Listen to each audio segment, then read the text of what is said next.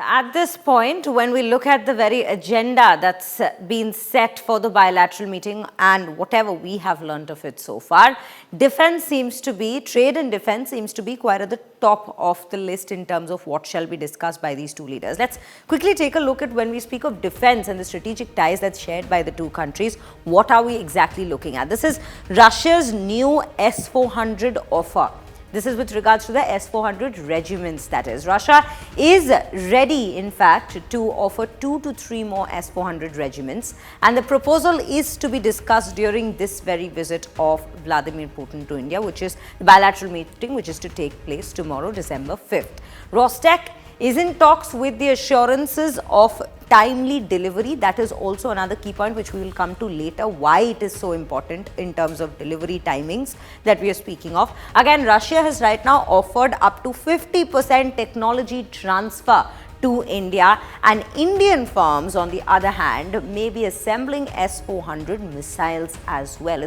Also additionally, we are looking at a local production of 48 N6 missiles that are also underway as we speak. So this is what we are looking at in terms of the S-400 offer that's been made by Russia to India. Next up, let's take you through the current S-400 status, because right now what we just showed you is what is on the table.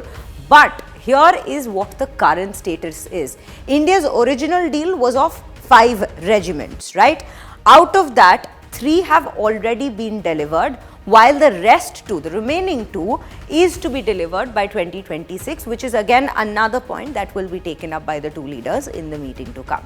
Also, if you look at the arms trade in whole between India and Russia, this is the S-400 air defense system that we are next looking at. It's a $5 billion deal that we are speaking of that was signed back in the year 2018, wherein 5 units were ordered, with the deliveries still being underway.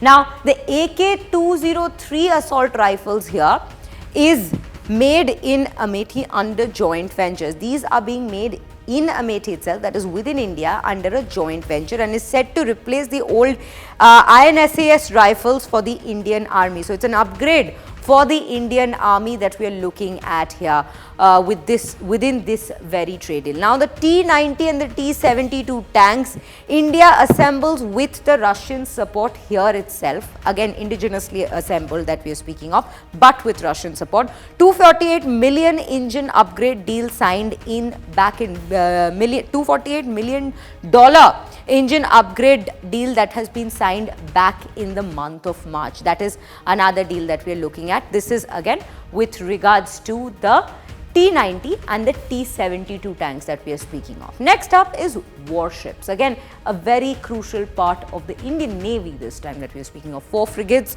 ordered under a joint project, partly built in India but equipped with BrahMos, which is what we were discussing when we spoke of Operation Sindoor. BrahMos missile project, co-developed supersonic missile that has been deployed by Army, Navy and the Air Force, one that has in fact been used only recently during Operation Sindoor. Nuclear submarine Akula class again has also been leased from Russia for $3 billion.